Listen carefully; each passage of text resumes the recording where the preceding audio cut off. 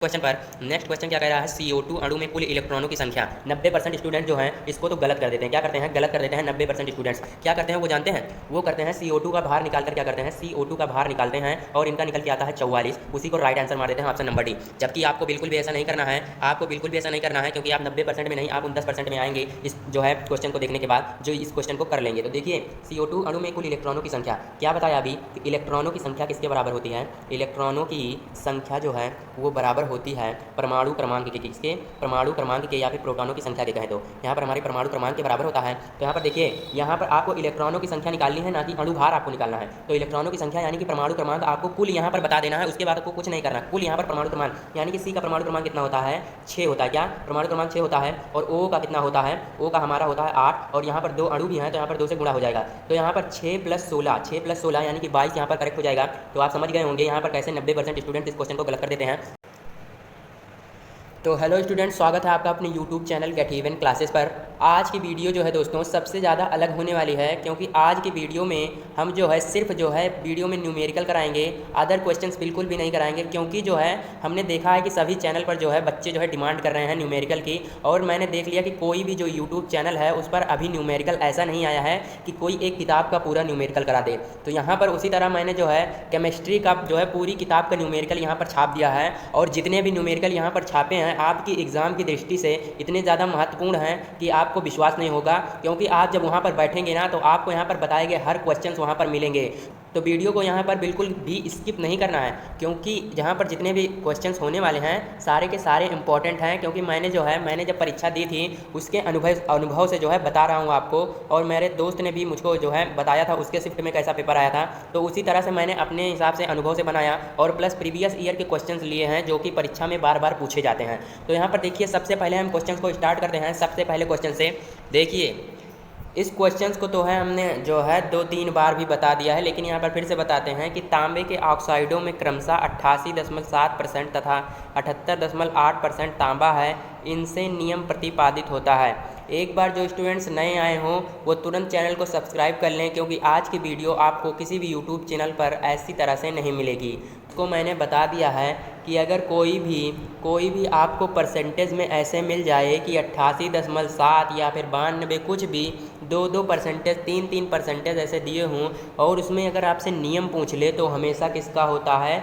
गुणित अनुपात का नियम होता है। किसका होता है? गुणित अनुपात का नियम यहाँ पर राइट हो जाएगा। किसी भी तरह से आपसे दोस्तों पूछ ले तो वहाँ पर गुणित अनुपात का नियम हो जाएगा। और बात करें गुणित अनुपात का नियम किसने दिया था, तो यहाँ पर डाल्टन ने दिया था। इसको भी परीक्षा में पूछा जाता है, तो दोनों को याद रखना है। सबसे ज़्यादा इंपॉर्टेंट क्या है? गुणित अनुपात का नियम। तो चलते हैं नेक्स्ट क्वेश्चन पर। नेक्स्ट क्वेश्चन क्या कह रहा है कि एक धातु के 3 ऑक्साइडों में प्रत्येक में धातु की मात्रा इतनी दी है, यह आंकड़े दर्शाते हैं। देखिए, ये भी उसी तरह क्वेश्चन है। और देखिए, पॉलिटेक्निक 2012 में पूछा गया प्रश्न है, और वो भी जो क्वेश्चन था पूछा गया प्रश्न है किसमें? वो क्वेश्चन भी 2006 में पूछा गया था। तो देखिए, यहाँ पर सारे के सारे जो क्वेश्चन सेलेक्टेड हैं आपकी एग्ज़ाम की दृष्टि से बहुत ही ज़्यादा महत्वपूर्ण। तो देखिए, प्रत्येक धातु में यहाँ पर कह रहा है परसेंटेज, तो अभी बताया परसेंटेज आपको ऐसे मिल जाए और पूछ ले नियम कौन सा यहाँ पर लग रहा है, तो वहाँ पर क्या कर देना है? गुणित अनुपात का नियम। किसका? गुणित अनुपात का नियम। तो आपको जो है ये क्वेश्चंस दोनों जो है एकदम अच्छी तरह से रट जाने चाहिए, क्योंकि अगर आपको बाई चांस कोई भी क्वेश्चन इस तरह से आता है तो आपको गुणित अनुपात का नियम मार देना है। ठीक, चलते हैं नेक्स्ट क्वेश्चन पर। नेक्स्ट क्वेश्चन क्या कह रहा है? क्लोरीन हाइड्रोजन तथा सोडियम से क्रिया करके जो है HCl तथा NaCl बनाता है। जो हमारा क्लोरीन है वो हाइड्रोजन से जब क्रिया करता है तो HCl बनाता है, और सोडियम से क्रिया करता है तो NaCl। तो कह रहा है यदि सोडियम तथा हाइड्रोजन ने परस्पर क्रिया की तो इसका अनुपात होगा। तो जो सोडियम है दोस्तों, सोडियम और हाइड्रोजन जो है इसने क्रिया कर ली तो इसका अनुपात क्या होगा? इसकी क्रिया करने का अनुपात यानी कि Na का भार आपको कर देना है। Na का अणु भार कितना होता है? 23 होता है, और हमारा हाइड्रोजन का अणुभार 1 होता है। यानी कि यही आपको टिक कर देना है, जिसका अणुभार ले लेना है जो क्वेश्चन में दिया रहेगा। सोडियम तथा हाइड्रोजन ने परस्पर क्रिया की तो अनुपात बताना है। तो सोडियम का हमारा 23 हो जाएगा और H का हमारा 1, यानी कि 23:1। इस तरह का क्वेश्चन को ऐसे ही करना है। आपको भार याद रखना है सभी तत्वों का। लगभग 20 से 30 तक के जो है तत्व हैं उनका आपको जो है भार याद कर लेना है और परमाणु क्रमांक भी। चलते हैं नेक्स्ट क्वेश्चन पर। और यहाँ पर देखिए जो बच्चे यहाँ पर कापी और पेन लेकर नहीं बैठे हैं, एक बार कापी और पेन लेकर जरूर बैठ जाएं। यहाँ पर दिल थाम कर नहीं बैठना। जितने भी क्वेश्चन कराए जाएंगे आपको परीक्षा में मिलने वाले हैं, इसलिए कॉपी में एक बार लिख लीजिए और जब परीक्षा देने जाएंगे तो एक बार सिर्फ आपको पलट के देख लेना है, सारे के सारे क्वेश्चन आपको रट जाएंगे। तो कॉपी और पेन जो स्टूडेंट्स नहीं लिए हैं एक बार लेकर बैठ जाएँ। तो यहाँ पर देखिए एक पात्र में 2.433 ग्राम बेरियम क्लोराइड लेकर उसमें 0.98 ग्राम सल्फ्यूरिक अम्ल मिलाने पर प्राप्त बेरियम सल्फेट तथा हाइड्रोक्लोरिक अम्ल के भार का योग होगा। आसान है, बिल्कुल आसान है, डरने की कोई बात नहीं है। देखिए यहाँ पर जब क्रिया कर रहे हैं बेरियम क्लोराइड क्रिया कर रहे हैं और प्लस का H2SO4 कर रहे हैं, तो यहाँ पर इनका जो है बेरियम क्लोराइड का दिया है 2.433 और यहाँ पर H2SO4 का दिया है 0.98। यहाँ पर हमने क्या पढ़ा है, हमने द्रव्यमान संरक्षण के नियम से क्या पढ़ा है फ्रेंड्स, यहाँ पर जो इधर द्रव्यमान होगा वही जाकर इधर भी द्रव्यमान उतना ही बनेगा, इधर भी जाकर उतना ही द्रव्यमान बनेगा, यानी कि जो द्रव्यमान यहाँ पर जोड़ेंगे वही यहाँ भी बनेगा। तो जोड़ लीजिए सिंपल सा, बस कुछ नहीं करना। तो 2.433 और 0.98, 0. यहाँ पर 98, तो यहाँ पर देखिए यहाँ पर 0 है, यहाँ पर 3 हो जाएगा, 8 3 11, 9 4 13 1 14 और यहाँ पर क्या हो जाएगा 3.413। 3.413 यहाँ पर कहाँ है दोस्तों, हमारा राइट आंसर क्या हो जाएगा, ऑप्शन नंबर बी यहाँ पर करेक्ट हो जाएगा, ऑप्शन नंबर बी करेक्ट हो जाएगा। चलते हैं नेक्स्ट क्वेश्चन पर। नेक्स्ट क्वेश्चन क्या है, एक तत्व का परमाणु भार 45 तथा परमाणु क्रमांक 21, परमाणु में इलेक्ट्रॉन तथा न्यूट्रॉन। ये क्वेश्चन तो एकदम लिख कर रख लीजिए कि अगर ये क्वेश्चन नहीं आया तो कोई क्वेश्चन नहीं आएगा, क्योंकि ये क्वेश्चन जो है सिर्फ परीक्षा में नहीं हर शिफ्ट में पूछा जाने वाला प्रश्न है। तो आपको इसको जो है फॉर्मूले से सिर्फ इतना याद रखना है, परमाणु भार जो होता है, परमाणु भार यानी कि ए जो होता है परमाणु क्रमांक प्लस न्यूट्रॉनों की संख्या के बराबर होता है। परमाणु भार क्या होता है, परमाणु क्रमांक प्लस न्यूट्रॉनों की संख्या के बराबर होता है। तो परमाणु भार हमारा कितना दिया है, 45 दिया है और परमाणु क्रमांक कितना दिया है, 21 दिया है। तो इलेक्ट्रॉन तथा न्यूट्रॉन, तो यहाँ पर जो हमारा आपको बताया था मैंने कि Z जो होता है परमाणु क्रमांक, वो हमारे जो है इलेक्ट्रॉनों की संख्या के बराबर होता है और प्रोटॉनों की संख्या के बराबर होता है परमाणु क्रमांक। इलेक्ट्रॉनों की संख्या बराबर प्रोटॉनों की संख्या बराबर परमाणु क्रमांक, आपको याद रखना है, लिख लीजिए इसको कहीं आप ब्रैकेट में कहीं भी कॉपी में लिख लीजिए। आपको इतना याद रखना है कि अगर परमाणु क्रमांक 21 है तो इलेक्ट्रॉनों का मान भी 21 ही होगा, ठीक। तो न्यूट्रॉन की बात करें तो फार्मूले से निकालना है, तो फार्मूला हमारा प्लस का n रख दीजिए, n बराबर क्या हो जाएगा 45 माइनस का 21, यानी कि n बराबर क्या हो जाएगा, n बराबर न्यूट्रॉनों की संख्या बराबर किसके हो जाएगी 24, यानी कि हमारा जो है परमाणु में इलेक्ट्रॉन कितने होंगे, इलेक्ट्रॉन हमारे परमाणु क्रमांक यानी कि 21 के बराबर होंगे और न्यूट्रॉन हमारे 24 होंगे। तो 21 24 कहाँ है फ्रेंड्स, 21 24 हमारा कहाँ है, ऑप्शन नंबर डी यहाँ पर करेक्ट हो जाएगा। चलते हैं नेक्स्ट क्वेश्चन पर। नेक्स्ट क्वेश्चन कह रहा है किसी तत्व का परमाणु क्रमांक 19 है, उसके बाहरी कोश में इलेक्ट्रॉनों की संख्या होगी। यहाँ पर जितने क्वेश्चन हमसे हो रहे हैं सारे के सारे उस जो बेस पर हैं सब कराने की कोशिश करेंगे। एक तत्व का परमाणु क्रमांक 19 है, परमाणु क्रमांक 19 है किसी तत्व का, तो उसके जो बाहरी कोश में इलेक्ट्रॉनों की संख्या क्या होगी, इसको सिंपल सा तोड़ देना है, 2 8 8 1, 2 8 8 1। तो बाहरी कोश में इलेक्ट्रॉनों की संख्या कितनी आ गई फ्रेंड्स, बाहरी कोश में इलेक्ट्रॉनों की संख्या 1 आ गई, यानी कि राइट आंसर जो है ऑप्शन नंबर ए हो जाएगा। आशा करता हूँ आपको समझ में आ गया होगा। इसी प्रकार अगर 18 का पूछता तो हम क्या करते, 2 8 क्या करते 8, यानी कि बाहरी कोश में इलेक्ट्रॉनों की संख्या 8 हो जाती। इसी प्रकार आपको करना है। चलते हैं नेक्स्ट क्वेश्चन पर। नेक्स्ट क्वेश्चन क्या कह रहा है, CO2 अणु में कुल इलेक्ट्रॉनों की संख्या। 90% स्टूडेंट्स जो हैं इसको तो गलत कर देते हैं, क्या करते हैं, गलत कर देते हैं। 90% स्टूडेंट्स क्या करते हैं वो जानते हैं, वो करते हैं CO2 का भार निकाल कर क्या करते हैं, CO2 का भार निकालते हैं और इनका निकल के आता है 44, उसी को राइट आंसर मार देते हैं ऑप्शन नंबर डी। जबकि आपको बिल्कुल भी ऐसा नहीं करना है, आपको बिल्कुल भी ऐसा नहीं करना है, क्योंकि आप 90% में नहीं, आप उन 10% में आएंगे इस जो है क्वेश्चन को देखने के बाद, जो इस क्वेश्चन को कर लेंगे। तो देखिए CO2 अणु में कुल इलेक्ट्रॉनों की संख्या क्या बताया अभी कि इलेक्ट्रॉनों की संख्या किसके बराबर होती है, इलेक्ट्रॉनों की संख्या जो है वो बराबर होती है परमाणु क्रमांक के, किसके, परमाणु क्रमांक के या फिर प्रोटॉनों की संख्या के कहें तो यहाँ पर हमारे परमाणु क्रमांक के बराबर होता है। तो यहाँ पर देखिए, यहाँ पर आपको इलेक्ट्रॉनों की संख्या निकालनी है, ना कि अणु भार आपको निकालना है। तो इलेक्ट्रॉनों की संख्या यानी कि परमाणु क्रमांक आपको कुल यहाँ पर बता देना है, उसके बाद आपको कुछ नहीं करना। कुल यहाँ पर परमाणु क्रमांक यानी कि C का परमाणु क्रमांक कितना होता है, 6 होता है। क्या, परमाणु क्रमांक 6 होता है। और O का कितना होता है, O का हमारा होता है 8, और यहाँ पर 2 अणु भी हैं तो यहाँ पर 2 से गुणा हो जाएगा। तो यहाँ पर 6 + 16, 6 + 16 यानी कि 22 यहाँ पर करेक्ट हो जाएगा। तो आप समझ गए होंगे यहाँ पर कैसे 90% स्टूडेंट्स इस क्वेश्चन को गलत कर देते हैं। और ये क्वेश्चन आता भी है, देखिए 2007 में पूछा गया प्रश्न है। तो इसको आपको सही से जो है देख लेना है कि अणु भार पूछ रहा है या फिर इलेक्ट्रॉनों की संख्या पूछ रहा है। चलते हैं नेक्स्ट क्वेश्चन पर।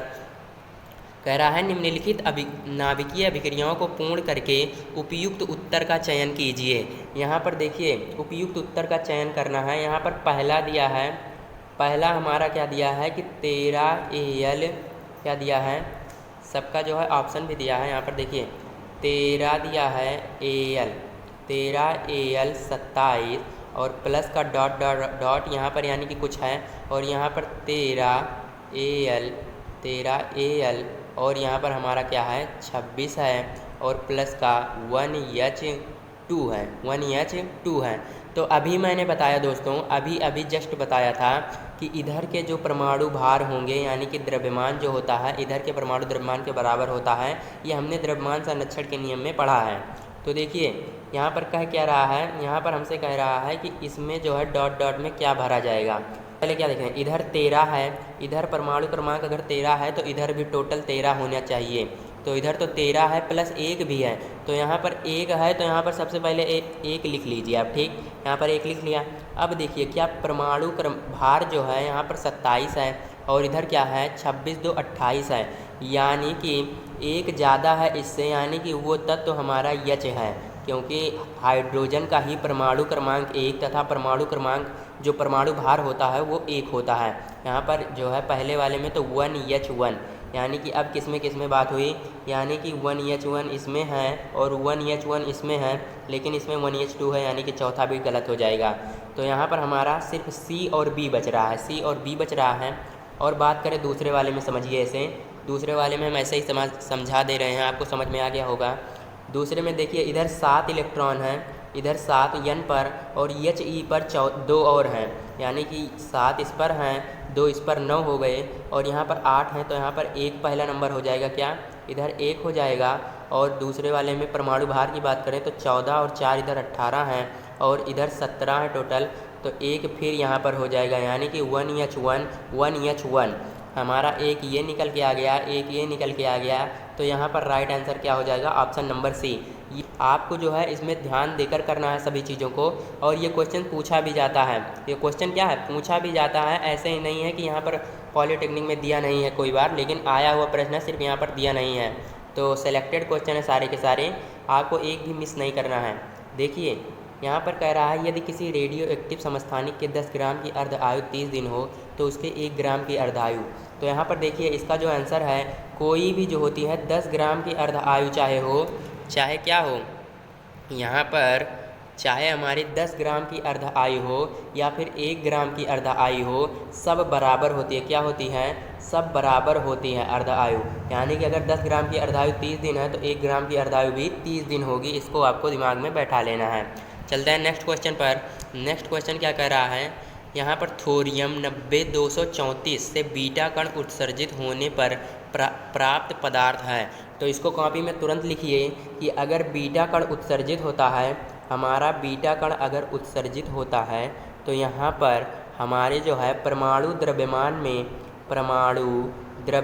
में कोई परिवर्तन नहीं होता। क्या, कोई परिवर्तन नहीं होता, लेकिन परमाणु क्रमांक में क्या होता है, परमाणु क्रमांक में अगर बात करें तो यहाँ पर +1 इलेक्ट्रॉन, यानी कि 1 जो है जुड़ जाता है, किसमें, यहाँ पर हमारे जो परमाणु क्रमांक में 1 जुड़ जाता है।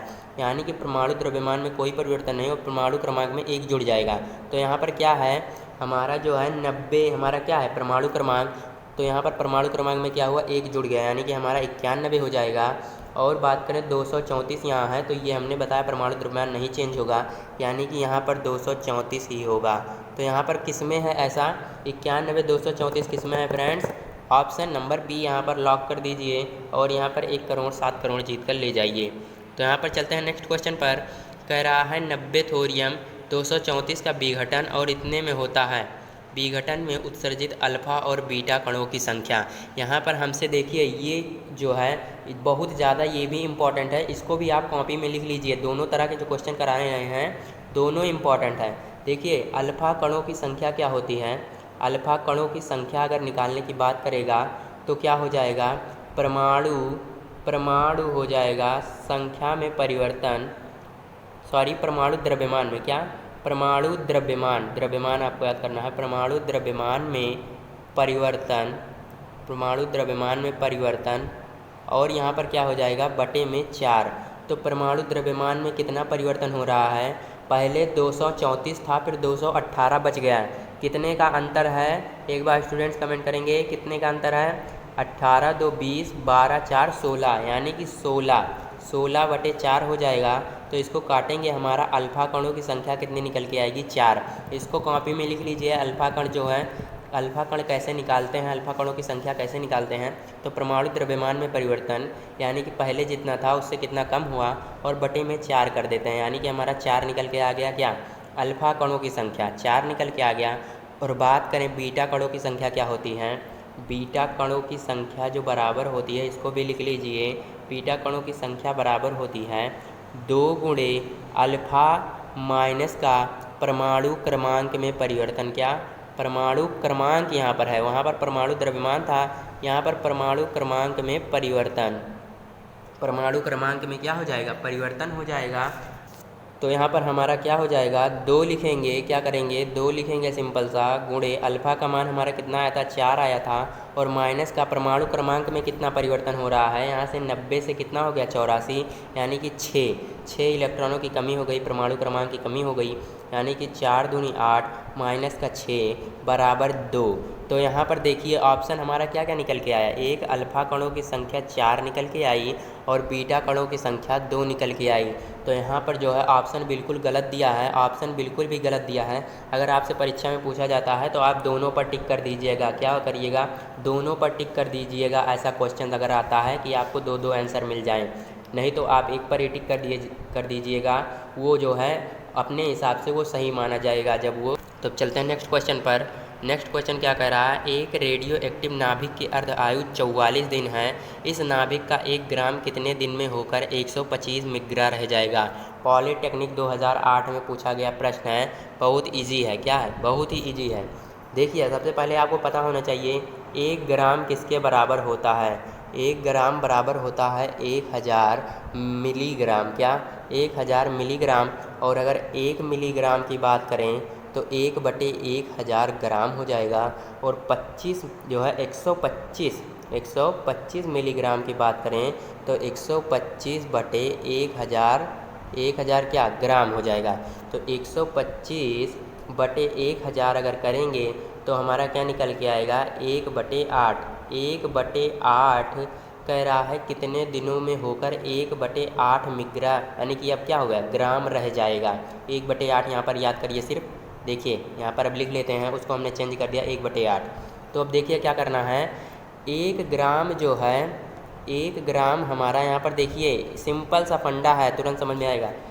1 ग्राम हमारा जो है, 1 ग्राम हमारा 44 दिन में क्या हो जा रहा है, अर्ध आयु, यानी कि क्या कह रहा है, आधा हो जा रहा है, ठीक।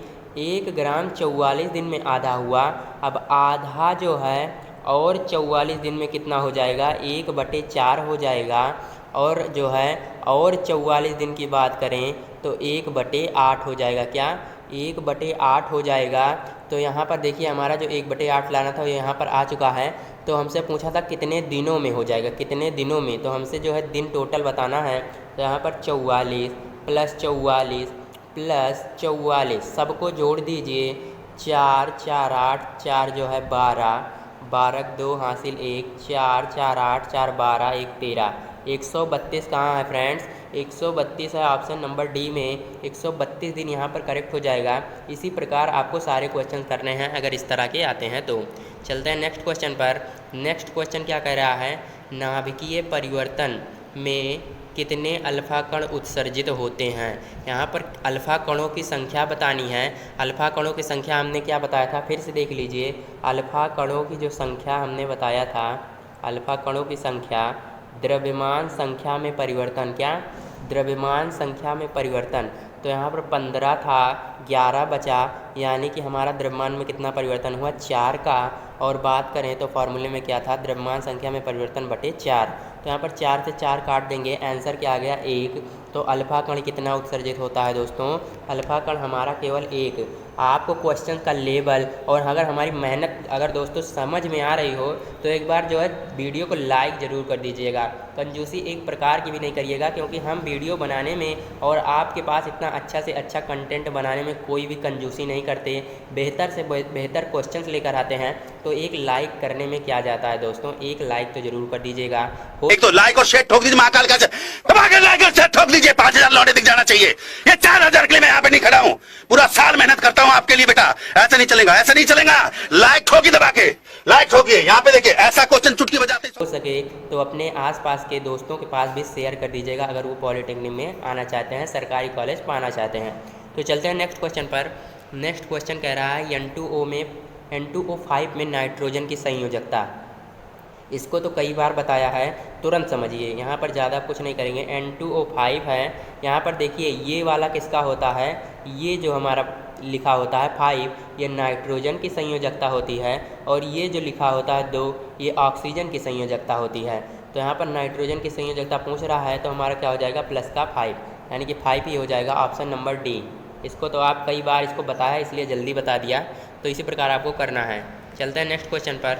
KMnO4 में मैंगनीज की संयोजकता। तो अभी तो वहाँ पर ऐसा था कि 2 थे, सिर्फ क्या थे, सिर्फ 2 तत्व थे, इसलिए तुरंत हो गया ये वाला इसका होता है, ये वाला इसका होता है। लेकिन यहाँ पर 3 तत्व आ गए, तो 3 तत्व में क्या होता है, जो संयोजकता हमें निकालनी होती है वो ऑक्सीकरण संख्या से निकाल देते हैं। तो यहाँ पर ऑक्सीकरण संख्या के बराबर हमारी संयोजकता हो भी जाती है। तो यहाँ पर देखिए KMnO4 में मैंगनीज की, तो मैंगनीज की संयोजकता ज्ञात करनी है, तो मैंगनीज को X मानते हैं। और जो है K का हमारा क्या होता है, K का हमारा ऑक्सीकरण संख्या 1 होता है, प्लस का वो भी, और इसको ब्रैकेट में लिख लेते हैं। O का हमारा होता है प्लस लगाकर -2 होता है, और उसके जो है अणु कितने हैं 4, बराबर में 0 कर देते हैं। अब क्या करते हैं, सिंपल सा सॉल्व कर लेते हैं। 1 प्लस यहाँ पर क्या हो जाएगा x, और यहाँ पर -8 बराबर 0, तो x बराबर हमारा कितना निकल के आएगा, 7 निकल के आएगा। सॉल्व कर लीजिए, 7 निकल के आएगा। ऑप्शन नंबर कहाँ है, ऑप्शन नंबर डी यहाँ पर करेक्ट हो जाएगा, 7 यहाँ पर करेक्ट हो जाएगा। चलते हैं नेक्स्ट क्वेश्चन पर। नेक्स्ट क्वेश्चन क्या कह रहा है, आयरन की संयोजकता एक यौगिक में X में जो है +3 है। आयरन, इसको समझिए, ये थोड़ा आपको घुमाने के लिए दिया है, बाकी इतना सरल है आपको विश्वास ही नहीं होगा। क्या दिया है, आयरन की संयोजकता एक यौगिक X में +3 है। आयरन हमारा Fe से दर्शाते हैं, और इसकी जो संयोजकता है 3 है। ऑक्सीजन की संयोजकता 2 है। हमने बताया यहाँ पर हमारे कितने जो तत्व हैं वो कितने हैं, यहाँ पर आयरन है, एक क्या है, ऑक्सीजन है। कह रहा है आयरन की संयोजकता एक यौगिक में +3 है, तो हमने बताया ये वाला जो मान होता है वही इसकी संयोजकता होती है।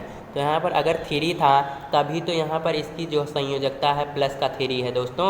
इसको तो अभी बताया, यहाँ पर 3 है, समझिएगा, यहाँ पर 3 है। जो ये संयोजकता होती है, मतलब ये जो मान होता है यही तो इसकी संयोजकता होती है।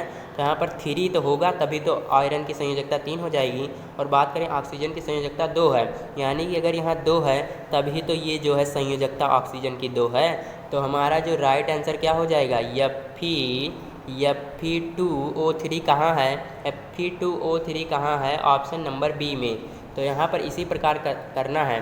तो आशा करता हूँ आपको ये क्वेश्चन भी समझ में आ गया होगा। चलते हैं नेक्स्ट क्वेश्चन पर। कह रहा है C2H6 में कार्बन की प्रतिशत मात्रा है। फिलहाल हमने ये जो प्रतिशत मात्रा, ऑक्सीकरण संख्या, संयोजकता, pH मान चारों एक वीडियो में बताए हैं, लेकिन उन सबको वीडियो को नज़रअंदाज करते हुए मैं यहाँ पर सब बताऊँगा। तो C2H6 में कार्बन की प्रतिशत मात्रा, तो यहाँ पर देखिए कार्बन की प्रतिशत मात्रा कैसे ज्ञात करते हैं। कार्बन की प्रतिशत मात्रा ज्ञात करने के लिए कार्बन के क्या करते हैं, कार्बन के भार को लिखते हैं कार्बन के भार यानी कि अणुभार को, और बटे में पूरे यौगिक के अणुभार को लिखते हैं क्या, यौगिक के अणुभार को, और गुणे में क्या कर देते हैं, यौगिक के अणुभार को गुणे में क्या कर देते हैं, गुणे में 100 कर देते हैं। कॉपी जो है, कॉपी में कलम जो है रुकनी नहीं चाहिए दोस्तों, एक भी क्वेश्चन मिस नहीं करना है, सब के सब लिख डालिए, क्योंकि ये आपके लिए ये काम आएंगे, बहुत आगे भी काम आएंगे। यहाँ पर सिर्फ पॉलिटेक्निक में ही नहीं, आगे भी आपको काम में मिलेंगे। तो यहाँ पर सी का भार कितना है इसको देखिए, कार्बन का भार कितना होता है, ये कार्बन का अणुभार कितना होता है हमारा 12 होता है, क्योंकि परमाणु क्रमांक 6 और परमाणु भार 12। और बटे में क्या करेंगे, यौगिक का टोटल अणुभार, यौगिक का टोटल अणुभार भी निकालना हमने वीडियो में पीछे बताया, लेकिन यहाँ पर भी सीखिए।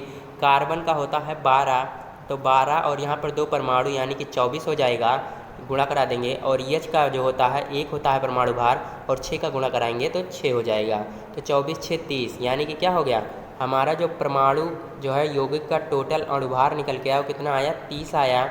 और गुणे में हमने बताया क्या होता है, 100 होता है क्या, 100। तो अब इसी को सॉल्व कर लीजिए, आंसर तुरंत आ जाएगा। तो यहाँ पर इसको काट देंगे, 3 चौक 12 हो जाएगा, 4 से 10 में गुणा कराएंगे तो 4 दहम 40%। तो ऑप्शन नंबर यहाँ पर 40 तो नहीं है दोस्तों, लेकिन अभी हम एक चीज़ भूल गए हैं कि कार्बन की प्रतिशत मात्रा ज्ञात करना है। तो हमारा कार्बन यहाँ पर कितना है, C2 है, यानी कि इसके 2 अणु और भी गुणा में लिए जाएंगे, क्या, 2 अणु और भी गुणा में लिए जाएंगे, यानी कि यहाँ पर 2 गुणे भी हो जाएगा, ठीक। तो यहाँ पर 2 से जब इसमें गुणा कराएंगे तो 2 चौके 8 हो जाएगा, और 8 और गुणे 10 यानी कि 80%। ये नहीं होगा दोस्तों, ये हमारा 80% होगा। यहाँ पर राइट आंसर कौन सा हो जाएगा, ऑप्शन नंबर बी। तो आशा करता हूँ ये क्वेश्चन भी समझ में आ गया होगा, अगर नहीं आया तो एक बार फिर से देख लीजिएगा, समझ में आ जाएगा, बहुत ही आसान है। चलते हैं नेक्स्ट क्वेश्चन पर। तो यहाँ पर स्टूडेंट्स हमारा जो 10 नंबर क्वेश्चन है, यानी कि जो क्वेश्चन, तो यहाँ पर दोस्तों हमारा यहाँ पर नेक्स्ट क्वेश्चन जो है, पोटेशियम क्लोराइड को गर्म करने पर भार में प्रतिशत कमी होगी। भार में प्रतिशत कमी यहाँ पर बताना है, तो इसको किस प्रकार करेंगे, देखिए यहाँ पर आपको सबसे पहले फार्मूला पता होना चाहिए। पोटेशियम क्लोराइड का आपको फार्मूला याद कर लेना है, मतलब कॉपी में लिख लीजिए KClO3, कॉपी में लिख लीजिए KClO3 जो होता है पोटेशियम क्लोराइड का फार्मूला होता है। और इसी की बात कर रहा है अगर गर्म कर दिया जाए, तो इसको जब गर्म करेंगे दोस्तों, इसको जब गर्म करेंगे तो किस किस में टूटता है, KClO प्लस का O2। डरना नहीं है, देखिए बिल्कुल आसान है, सिर्फ आपको फार्मूला याद करना है। और टूटेगा कैसे ये देख लीजिए, बस KClO3 और KClO में टूटेगा, प्लस का O2 हो जाएगा। तो इस प्रकार अब हमारा टूट गया। और बात करें यहाँ पर जो है संतुलित है समीकरण, यहाँ पर 3 ऑक्सीजन भी है, यहाँ भी 3 ऑक्सीजन है। तो यहाँ पर था क्या, देखिए कुछ नहीं था, सिर्फ कह रहा था कि पोटेशियम क्लोराइड को गर्म करने पर उसके भार में प्रतिशत कमी पूछ रहा था। तो यहाँ पर जो भार था, यहाँ पर जाकर कितना बचा, यहाँ पर जाकर कितना बचा ये बताना है। तो यहाँ पर देखिए पोटेशियम क्लोराइड का अणुभार कितना हो जाएगा, पोटेशियम का कितना होता है, 39 होता है। अणुभार लिख लीजिए, यहाँ पर जितने भी दिए हैं सारे के सारे इंपॉर्टेंट हैं। यहाँ पर क्लोरीन का होता है 35.5 होता है, ऑक्सीजन का 16 होता है, और 3 परमाणु यानी कि प्लस का 16 तियाँ 48। जब जोड़ लेंगे इसे तो हमारा क्या आ जाएगा, 122.5 आ जाएगा, 122.5। और यही पूछ रहा है यहाँ पर जाकर क्या बचा, ये तो हमारा उड़ ही जाएगा, इसका क्या काम है, तो उड़ ही जाएगा। और ये इतने का बताना है। तो यहाँ पर देखिए ये कितना है, कि हमारा कितना है 39, क्लोरीन है 35.5, ऑक्सीजन है यहाँ पर प्लस का 16, क्या है 16 है। तो इसको जोड़ेंगे तो कितना हो जाएगा 90.5। तो 90.5 यानी कि 122.5 था, फिर जाकर 90.5 बचा। तो हमारा जो यहाँ पर भार में प्रतिशत कमी आई वो कितनी हो जाएगी, हमारी भार में प्रतिशत कमी का फार्मूला क्या होता है, देखिए हमने जो मैथ में भी बताया था, जो इसका अंतर करना होता है। देखिए 122.5 90.5 यहाँ पर लिखते हैं, 122.5 और 90.5 क्या है, सीरियल वाइज करिएगा। देखिए अंतर करते हैं इसका सर्वप्रथम 122.5 से 90.5, और यहाँ पर जो पहले था उसको लिख लेते हैं। हमारा पहले क्या था 122.5 था, गुणे में 100 कर देते हैं। इसी को सॉल्व करना है बस, अब आपको कुछ नहीं करना। 5 में से यहाँ पर घटा दीजिए, 5 में से 5 गया 0, और यहाँ पर 2 बचा, और 12 में से 9 गया 3, यानी कि 32, और बटे में 122.5 गुणे का हो जाएगा 100। गुणे में क्या हो जाएगा 100 हो जाएगा। और इसी को जब आप सॉल्व कर लेंगे, यहाँ पर दशमलव लगाकर 0 यहाँ पर बढ़ाएंगे हटाकर, तो यहाँ पर इसको जब सॉल्व कर लेंगे तो हमारा जो राइट आंसर निकल के आएगा वो आएगा 26.12%। 26.12%। आपको सीरियल जितना बताएं यहाँ पर सीरियल वाइज उतने ही प्रकार याद रखना है। किसी भी तत्व की भार प्रतिशतता आप याद कर सकते हैं। तो चलते हैं नेक्स्ट क्वेश्चन पर। आशा करता हूँ ये समझ में आ गया होगा। चलते हैं नेक्स्ट क्वेश्चन पर। क्या कह रहा है, निम्न रासायनिक अभिक्रियाओं में कौन सी योगात्मक अभिक्रिया है। ये तो बहुत इजी क्वेश्चन है। फिलहाल ये न्यूमेरिकल नहीं है, लेकिन एक तरह से न्यूमेरिकल ये समझ लीजिए उतना। अरे समझने में क्या जाता है यार, समझ लीजिए। यहाँ पर देखिए, निम्न रासायनिक अभिक्रियाओं में कौन सी योगात्मक। योगात्मक का मतलब आपको पता होना चाहिए कि एक जो है, जैसे 1 है प्लस 1 है तो बराबर निकल के आता है 2, तो यही योगात्मक अभिक्रिया है। मतलब एक तत्व यहाँ रहे, एक तत्व यहाँ रहे और बराबर में एक तत्व निकाले, तभी होगी योगात्मक अभिक्रिया। तो कहीं पर हो रहा है, यहाँ पर देखिए एक तत्व है लेकिन यहाँ पर दो तत्व निकाल रहे हैं। यहाँ पर ये तो नहीं होगा। यहाँ पर देखिए एक तत्व है तो यहाँ पर एक ही निकाल रहे हैं, यानी कि यही राइट आंसर हो जाएगा। तो आशा करता हूँ ये क्वेश्चन भी आपको समझ में आ गया होगा। चलते हैं नेक्स्ट क्वेश्चन पर। सल्फ्यूरिक अम्ल H2SO4 में सल्फर की ऑक्सीकरण संख्या तो बताया ही है। तो यहाँ पर ये क्वेश्चन जो है, इतने देर से अगर आप देख रहे हैं तो एक क्वेश्चन का तो आंसर कमेंट में देकर ही जाइए। यहाँ पर ऐसे ही मत जाइएगा। यहाँ पर एक क्वेश्चन पहले ले लीजिए, उसके बाद अभी देखिए वीडियो, बाद में कमेंट करिएगा, चाहे इसी वक्त कर दीजिए वीडियो रोककर, कि ऑक्सीकरण संख्या H2SO4 में सल्फर की क्या होगी। इसको बताया गया क्वेश्चन है, हरदम नहीं बताएंगे ऐसे क्वेश्चन। ये छोटे छोटे क्वेश्चन कोई बताता है भला। चलते हैं नेक्स्ट क्वेश्चन पर। नेक्स्ट क्वेश्चन क्या कह रहा है, H2O3 2- में S की ऑक्सीकरण संख्या। तो उससे आप रिलेट कर थोड़ा आंसर चाहे उसी में दे दीजिएगा।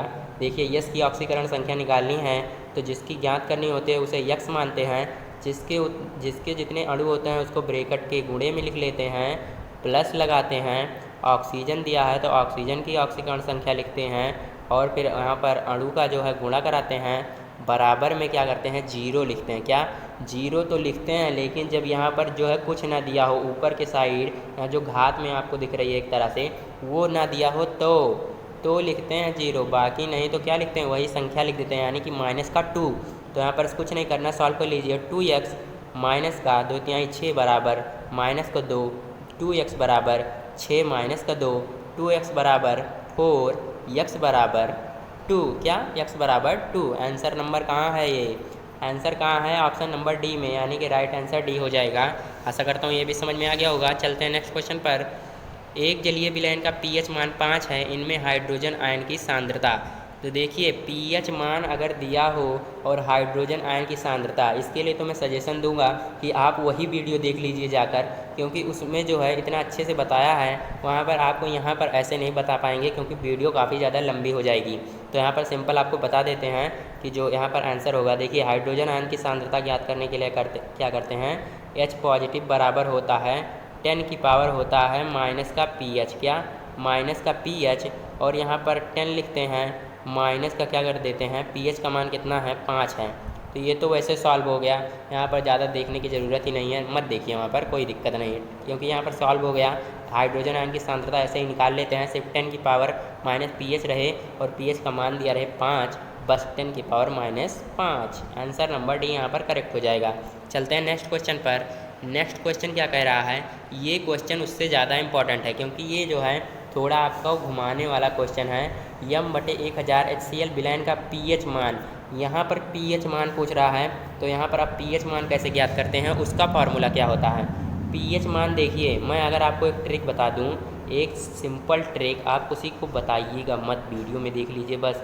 pH बराबर होता है, अगर मान लीजिए 10 की पावर -3 किसी विलयन की जो है हाइड्रोजन आयन की सांद्रता दी रहे, तो pH हम जो लिखते हैं वो जो माइनस में यहाँ पर लिखा रहता है उसी को प्लस में लिखकर pH हमारा मान हो जाता है।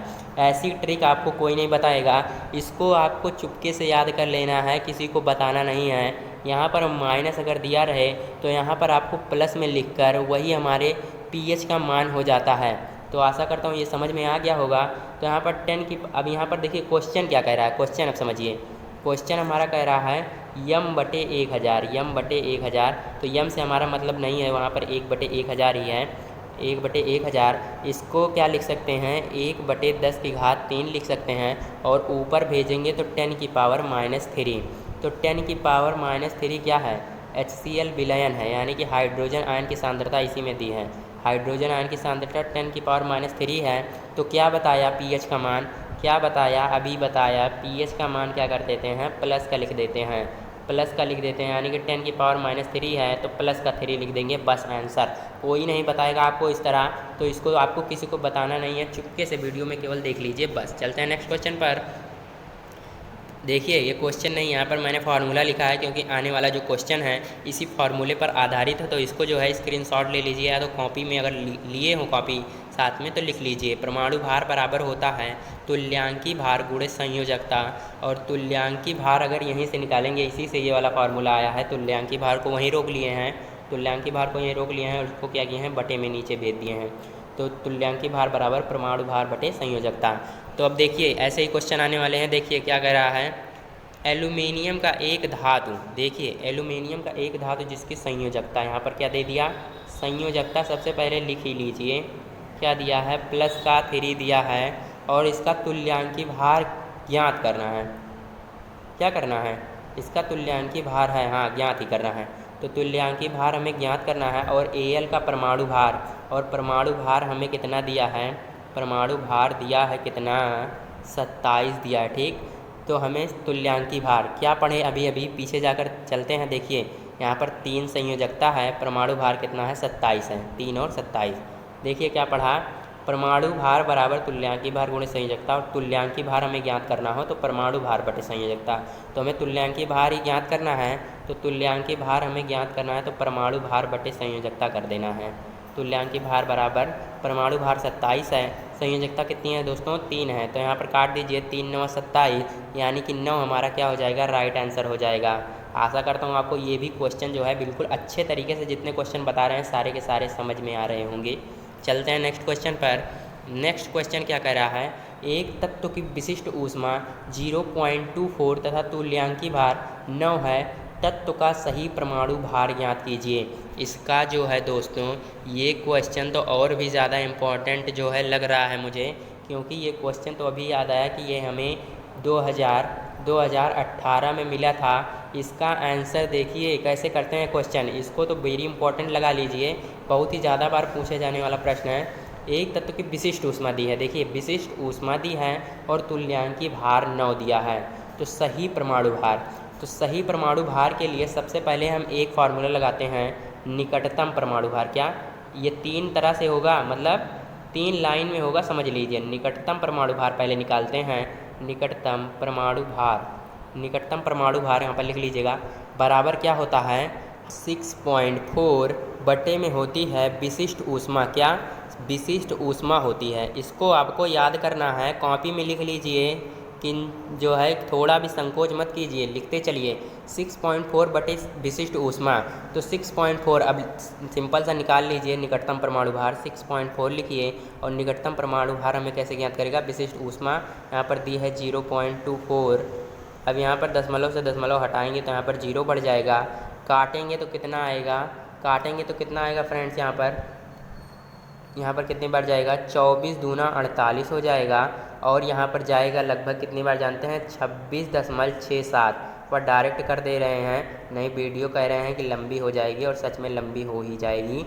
तो यहाँ पर देखिए 26.67, और यहाँ पर जो है निकटतम परमाणु भार निकल गया, ठीक। हमारा 3 स्टेप में होगा, मैंने बताया 26.67 क्या निकल के आए, निकटतम परमाणु भार। यहाँ पर लिख लेते हैं 26.67, यहाँ पर लिख लिया। अब दूसरा जो है स्टेप क्या है, दूसरा स्टेप है संयोजकता, तत्व की संयोजकता ज्ञात करनी है हमें। क्या, तत्व की संयोजकता, तत्व की संयोजकता कैसे ज्ञात करेंगे, तत्व की संयोजकता अभी फार्मूला जो था परमाणु भार, यानी कि यहाँ पर परमाणु भार की जगह निकटतम परमाणु भार ज्ञात हो जाएगा।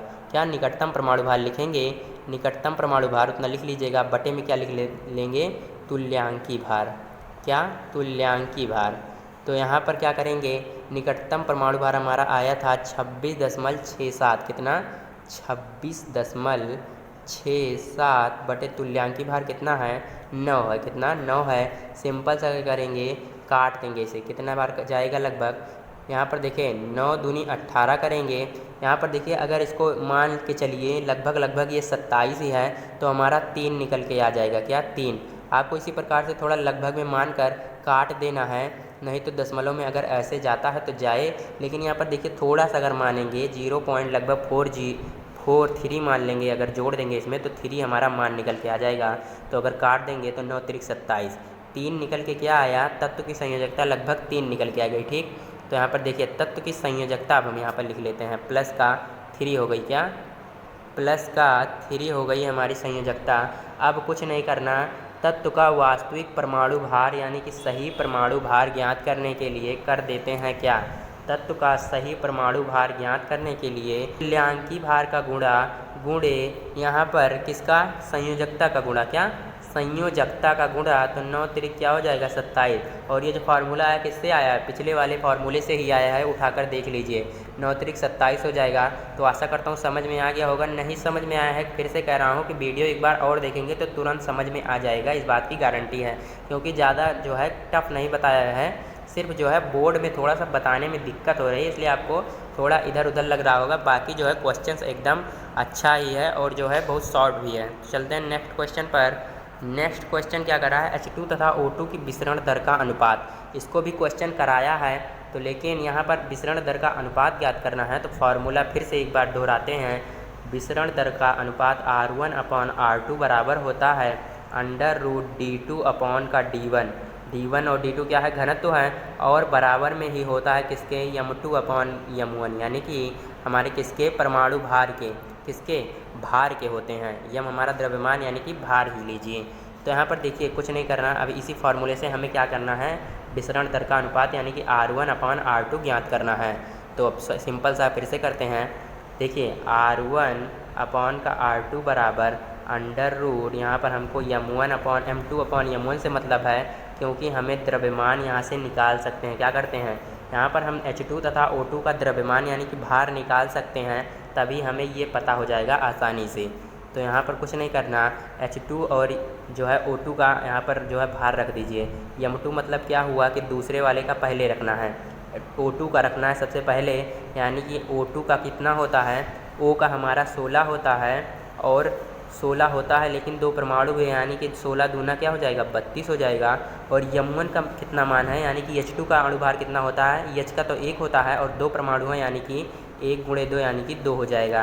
क्या करना है, काट देना है, 16 यहाँ पर हो जाएगा, यहाँ पर 16 हो जाएगा और 2 एकम 2, यानी कि √16/1 इसको करेंगे तो 4/1 बाहर निकलेगा, यानी कि 4 अनुपाते कितना, 4:1 हमारा राइट आंसर हो जाएगा। तो यहाँ पर 1:4 दिया है दोस्तों, तो उसी पर राइट मार दीजिएगा।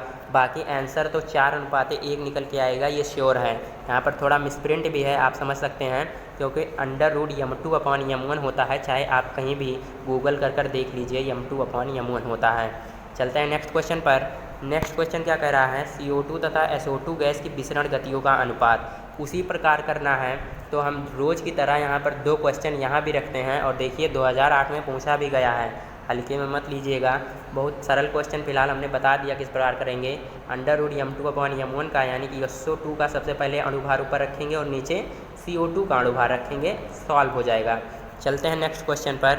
जवाब जो है कमेंट करिएगा दोस्तों, आप जवाब भी एक का भी कमेंट नहीं करते, यानी कि आप सवाल लगाते नहीं हैं। तो एक बार कमेंट ज़रूर कर दीजिएगा, हमको लग जाए कि आप सवाल लगा लिए हैं, यानी कि आंसर आप। तो यहाँ पर दोस्तों देखिए, यहाँ पर मोलरता हमें ज्ञात करनी है, 0.006 मोल NaCl की 100 मिली विलयन में मोलरता। तो इसको कैसे ज्ञात करते हैं, मोलरता बराबर, देखिए मोलरता बराबर, ये तो आ जाएगा तुरंत। मोलरता बराबर होती है विलय के मोलों की संख्या, विलय के मोल यानी कि विलय के मोलों की संख्या बटे विलयन का आयतन। लिख लीजिएगा, लिख नहीं रहे हैं, शॉर्ट में लिख रहे हैं। आयतन लीटर में × 1000। तो यहाँ पर आपको जानकर खुशी होगी कि यहाँ पर विलय के मोलों की संख्या डायरेक्ट दे दी है, यानी कि भार बटे अणु भार, कुछ नहीं करना है। तो विलय के मोलों की संख्या क्या है, 0.006, और हमारा जो है 100 मिली विलयन में कह रहा है, तो यहाँ पर 100 लिख लीजिए, और गुणे में क्या हो जाता है 1000। क्या 1000 हो जाता है। सिंपल सा 0 से 0 काट दीजिए, 0 से 0 कट गया, तो यहाँ पर एक अंक बाद यहाँ से गुणा कराएंगे तो एक अंक बाद दशमलव चला जाएगा, यानी कि 0.06 हमारा कहाँ है दोस्तों, ऑप्शन नंबर बी में यहाँ पर राइट हो जाएगा। चलते हैं नेक्स्ट क्वेश्चन पर।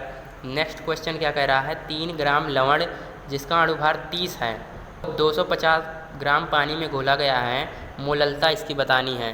तो यहाँ पर एक भी क्वेश्चन मिस मत करिए दोस्तों, देखिए कुछ ना कुछ आपको नया सिखाएंगे हर क्वेश्चंस में।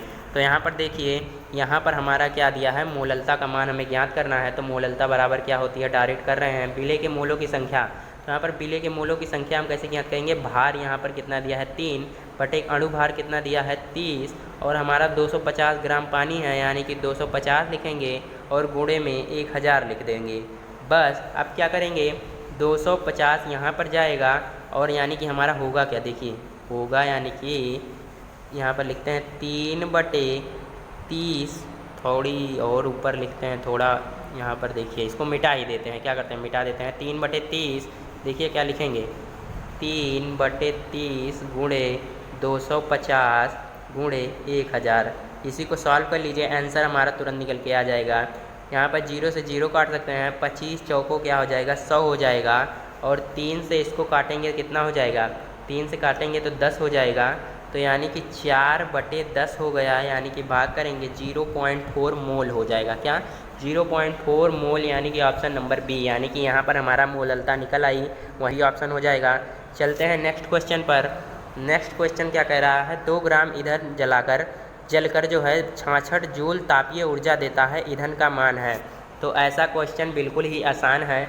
ईंधन का मान ज्ञात करने के लिए क्या करते हैं, ईंधन का मान ज्ञात करने के लिए जितनी जूल जो है तापीय ऊर्जा देता है उसको ऊपर लिखेंगे, और जितना ग्राम जलकर देता है उसको नीचे लिख देंगे। क्या आ जाएगा, 33 जूल आ जाएगा। ऑप्शन नंबर ए यहाँ पर करेक्ट हो जाएगा, बिल्कुल भी डरने की यहाँ पर बात ही नहीं थी। तो यहाँ पर ऑप्शन नंबर ए हमारा करेक्ट हो जाएगा। याद रखना है, जितना यहाँ पर जलकर जितना जूल देगा उसको ऊपर, और जितना जलाएंगे उसको नीचे, आपको याद रखना है। तो यहाँ पर नीचे चलते हैं, नीचे नंबर जो यहाँ पर दूसरा क्वेश्चन क्या कह रहा है, C+O2 में यहाँ पर जब बन रहा है CO2 और 94.3 किलो कैलोरी क्या उत्पन्न हो रही है, ऊष्मा।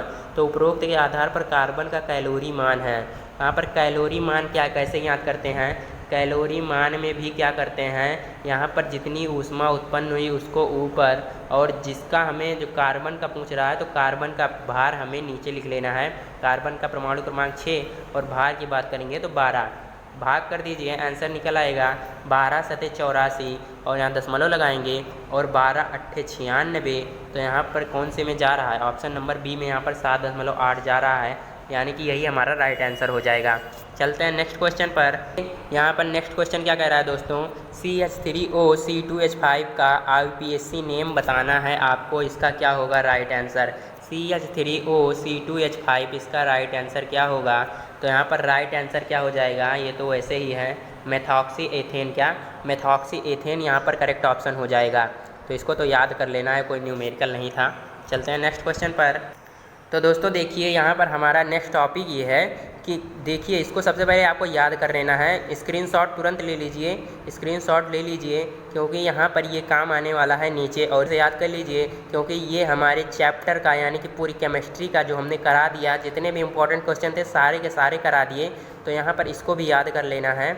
इसको याद करके आप केमिस्ट्री के लिए अगर आप पेपर देने जाएंगे तो आपको एक भी न्यूमेरिकल ऐसा नहीं होगा कि पढ़ाया ना आया हो, इस बात की गारंटी है, इस बात की गारंटी लेता हूँ दोस्तों। तो यहाँ पर इसको सबसे पहले याद कर लेना है, इसके स्क्रीनशॉट ले लीजिए। क्लोरीन की ग्राम प्रतिशतता कैसे ज्ञात करते हैं, 35.5/143.5 गुणे का AgCl का भार बटे कार्बनिक यौगिक का भार गुणे 100।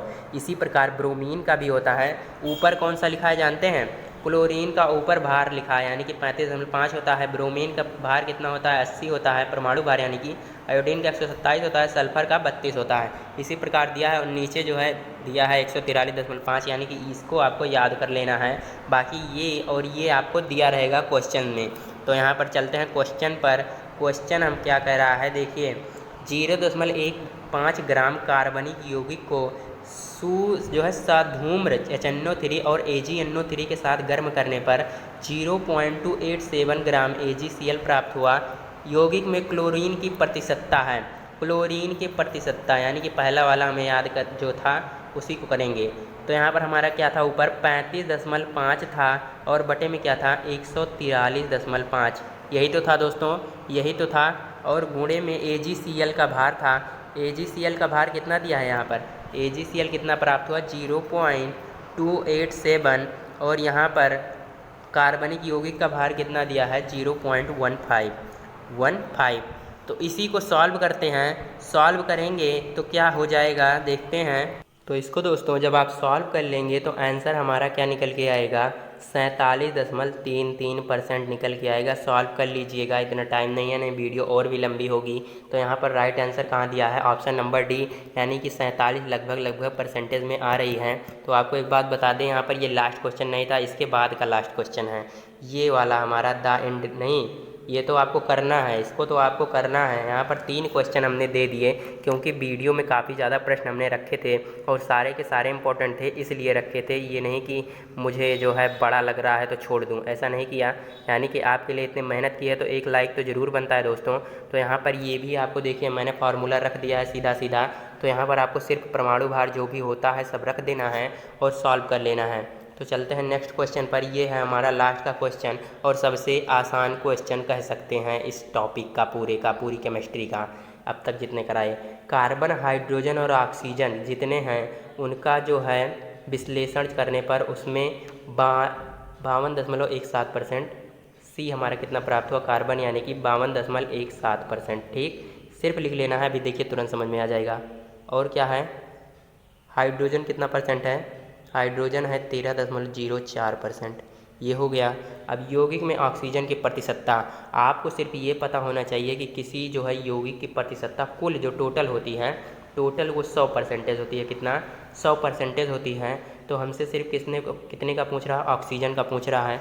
तो 100 में से क्या करेंगे, देखिए 100 में से सिंपल सा इन दोनों का योग घटा देंगे। क्या करेंगे, इन दोनों का योग घटा देंगे, 52.17 प्लस 13.04, इसी को जोड़कर 100 में से घटा देंगे, तभी तो हमारा जो है ऑक्सीजन की प्रतिशत मात्रा आसानी से पता चल जाएगी। तो यहाँ पर 100 माइनस का लिखेंगे, इसको जोड़ लीजिए, कितना हो जाएगा, 7 4 11 और 1 1 2, दशमलव लगाएंगे, 3 2 5 और 5 1 6 और यहाँ पर 100 में से घटा दीजिए तो कितना आ जाएगा, 100 में से यहाँ पर लगभग 65 घटा देते हैं क्योंकि लगभग में ये आंसर यहाँ पर आ रहा है सारा। तो 10 में से 5 गया 5 और 9 में से 6 गया 3, यानी कि 35% हमारा राइट आंसर हो जाएगा। ऑप्शन नंबर सी यहाँ पर करेक्ट हो जाएगा। तो आशा करता हूँ दोस्तों आपको वीडियो पूरी समझ में आ गई होगी। अगर वीडियो पसंद आई हो, आप चैनल पर नए हो तो चैनल को सब्सक्राइब, और अगर आप पुराने हो तो लाइक और दीजिएगा। इतना तो आप कर ही सकते हैं दोस्तों। यहाँ पर हमने पूरी केमिस्ट्री की मैराथन ही चला दी है, तो एक बार इसके लिए इतना तो कर ही सकते हैं। तो अपने भाई के लिए एक बार ज़रूर, अपने टीचर के लिए, अपने गुरु के लिए एक बार इतना तो कर ही दीजिएगा। तो मिलते हैं एक ऐसे ही नए टॉपिक के साथ, तब तक के लिए जय हिंद, वंदे मातरम।